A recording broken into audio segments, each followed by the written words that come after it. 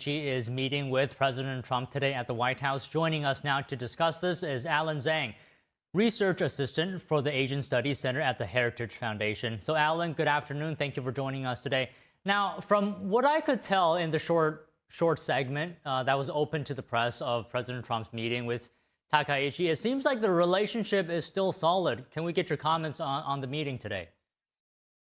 Yeah, absolutely. And I think you're spot on. This is the first time that Prime Minister Takaichi is meeting after the election, and it also is a meeting to chart a new course for the bilateral relationship between the United States and Japan.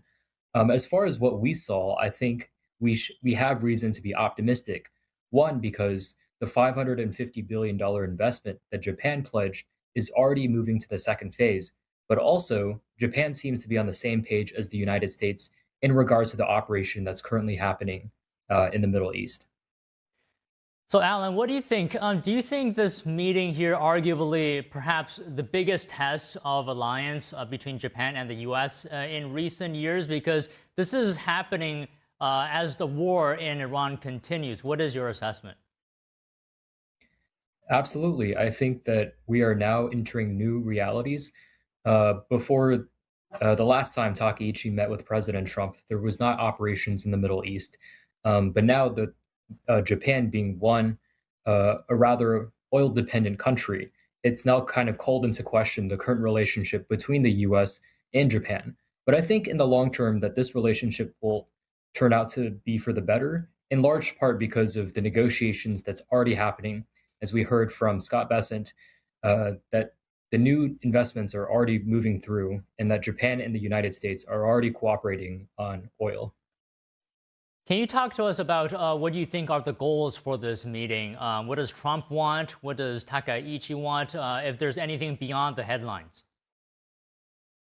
Absolutely. I think at the fore of the meeting is likely going to be the economic agenda. Now that the Supreme Court has struck down President Trump's tariffs, the White House is going to coordinate the ongoing $550 billion investment that the U.S. has agreed to with Japan. But I think beyond that, beyond the immediate headlines, is also the consideration of China, which is in large part because the meeting between Takaichi and Trump was supposed to happen right before the Xi-Trump summit. But with that being pushed back, I think it gives Japan greater breathing room to talk with the United States on how they want to approach China, especially given the dynamics that we saw last year in which Japan received large backlash by the Chinese government over comments on Taiwan. But I think that the breathing room gives a good degree of pause for both sides to recalibrate the existing relationship. So we saw Japan's signature on the letter saying that they're going to help with the Strait of Hormuz situation. I'm just curious as to what you think here, Alan. How would you describe Takaichi's response so far to some of President Trump's requests?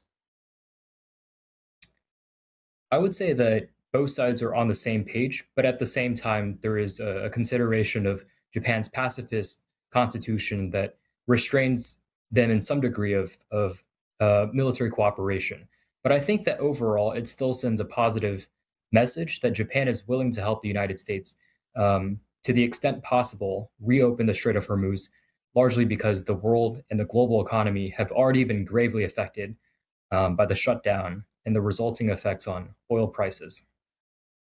So you bring up Japan's pacifist behavior. What is Japan legally allowed to do, and what can it not do?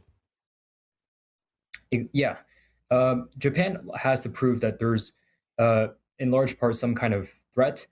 And the conditions that were set forth after the Second World War restrained a lot of the offensive capabilities that Japan was able to develop.